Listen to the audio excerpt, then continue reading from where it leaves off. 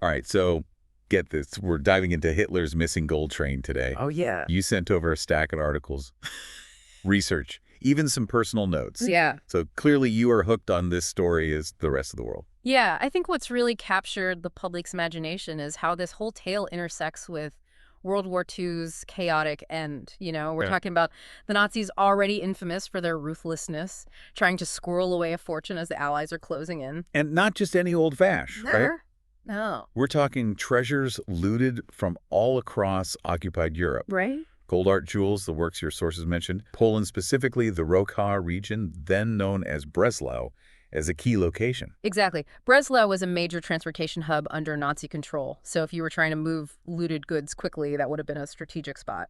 So picture this 1945, the war is winding down, and this heavily armored train, supposedly packed with Nazi treasure, departs. Breslau. Some sources say it was headed deep into Germany.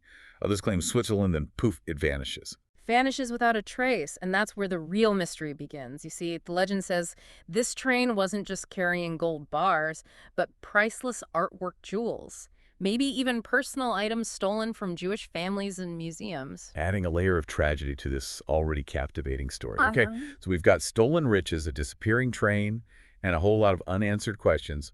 Where do the theories about its fate start?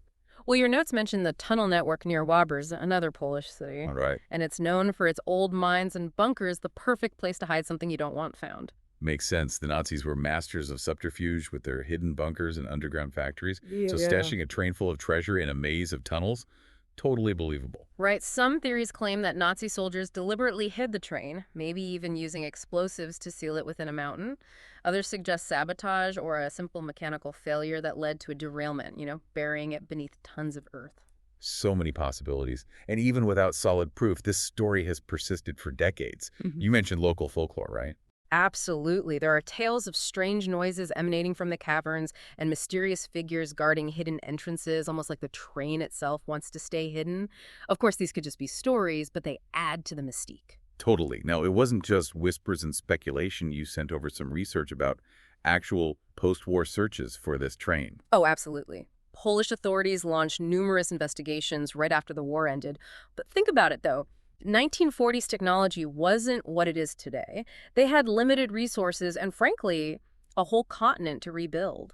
So those early searches might have been a bit like looking for a needle in a very, very large haystack. Exactly. The legend lived on, whispered in hushed tones until things got really interesting in the early 2000s. Yeah.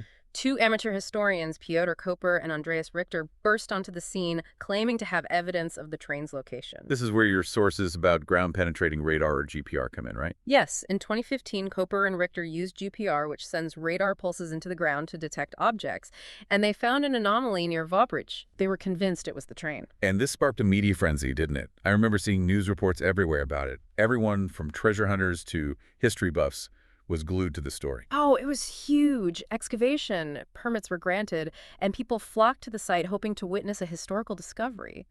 The anticipation was palpable. So what happened? Did they strike gold or? Well, after weeks of digging, they found nothing. No train, no gold, no priceless art, just rock formations. What a letdown. But this wasn't the end of the story, was it? Your sources mentioned further investigations, even more advanced technology being used? You're right. Even after that disappointing excavation, the quest for the gold train continued. Researchers turned to even more sophisticated imaging techniques like LiDAR and magnetic resonance scanning. Okay, so before we dive into those techniques and what they revealed, maybe a quick explainer for our listener. Good idea. Think of LiDAR like radar, but with lasers. Okay. It creates incredibly detailed 3D maps. Archaeologists use it to find buried cities, so it made sense to apply it here, hoping to find a buried train.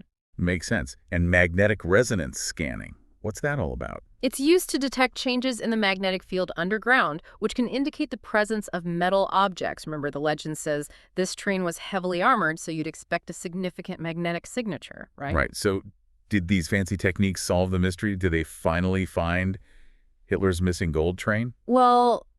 Well, not exactly. None of these later investigations provided conclusive proof of the train's existence. In fact, some experts started pushing back, saying those initial GPR readings that Koper and Richter relied on could have been misinterpreted. Whole lot misinterpreted. How's that possible with such advanced technology? It comes down to the geology of the area, you see. The Wabris region is full of natural features like underground cavities and mineral deposits. Wait. Those can show up on GPR and look an awful lot like man-made structures, especially to someone eager to find a hidden train. Ah, so maybe they saw what they wanted to see rather than what was actually there. Wishful thinking, perhaps. It's possible your sources also mention inconsistencies in the historical records. Oh, really? Some historians question whether a train carrying such valuable cargo ever left Breslau at all. They argue there's just not enough hard evidence to support the story. Okay, so we've got advanced tech failing to confirm the train's existence and historical records that are, at best, murky. Where does that leave us? Is this whole gold train thing just a big elaborate hoax? Not necessarily a hoax, but maybe a myth that took on a life of its own. Think about the context. World War II had just ended. Europe was in ruins. People were displaced. Economies were shattered. The idea of a hidden fortune, a symbol of hope amidst all that devastation, would have been incredibly appealing. I can see how a story like that whispered from person to person could easily take root and grow, especially when there's no concrete evidence to debunk it. Exactly. And as the years passed, the legend could have become more elaborate, fueled by wishful thinking and the enduring human fascination with lost treasures. Okay, I'm following you, but your notes also mention eyewitness accounts. Those stories about strange noises and mysterious figures near the supposed hiding spot, wouldn't that suggest something is actually down there? Those accounts are intriguing, no doubt, but we have to be careful about taking them at face value. Human memory is notoriously unreliable, and stories, especially when passed down through generations, tend to get embellished over time. So those mysterious figures might have been nothing more than shadows or tricks of the light, and the strange noises could be explained by natural phenomena happening underground. Precisely. Remember, WWII is an area riddled with old mines and tunnels. There are bound to be unexplained sounds and sights that have perfectly natural explanations. All right, so we've got reasons to be both skeptical and intrigued. So far, we've explored the idea that the train is either incredibly well hidden or a product of wishful thinking. Are there any other theories out there? There is one more, and it's particularly interesting because it doesn't rely on the train being lost or non-existent. What if the train reached a different destination than we've been led to believe? Okay, I like where this is going. Explain. Imagine the train successfully left Breslau, but instead of ending up in a hidden mountain tunnel, it reached another location.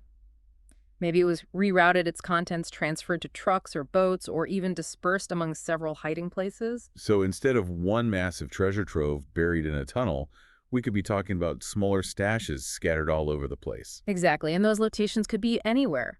Secret bunkers in Germany, private collections, Swiss bank vaults, even underwater wrecks. Wow, that would make finding this gold train practically impossible. Yeah, It wouldn't be one train anymore, but pieces of a puzzle spread across continents. that's right. It would be incredibly difficult to track down. It also adds another layer of intrigue, wouldn't you say? Absolutely. It's like a global treasure hunt. But even if this train is never found, or maybe never even existed, there's no denying the impact this story has had. You're right. Your research mentions a Netflix movie documentaries, even a tourism boom in WWII. People are fascinated by this mystery. Totally. And even if it's just a myth, it raises some important ethical questions, especially about restitution. Yes, restitution. It's a complex issue, essentially. It's about returning stolen property to its rightful owners, which in this case would likely involve descendants of Holocaust victims or institutions that were looted by the Nazis. That makes sense, but wouldn't figuring out who owns what after all these years be incredibly difficult? Extremely difficult. You'd need to trace the provenance of each item, which means establishing its origin and ownership history. It would require meticulous research, international cooperation, and potentially some tough legal battles. It makes you wonder, even if the train is found, would finding the rightful owners for all those treasures be even possible? It would be a massive undertaking, no doubt, but also a chance to right some historical wrongs, the gold train real or not, forces us to confront the legacy of Nazi looting and the ongoing struggle for justice. That's a powerful thought. This mystery isn't just about finding gold and jewels, it's about grappling with the consequences of a dark chapter in history. Exactly, and even if the train itself remains elusive, the search for it has already unearthed something valuable. A renewed awareness of the human cost of war and the importance of seeking justice even decades later. It's a good reminder that sometimes the most valuable discoveries aren't material riches, but the insights we gain along the way.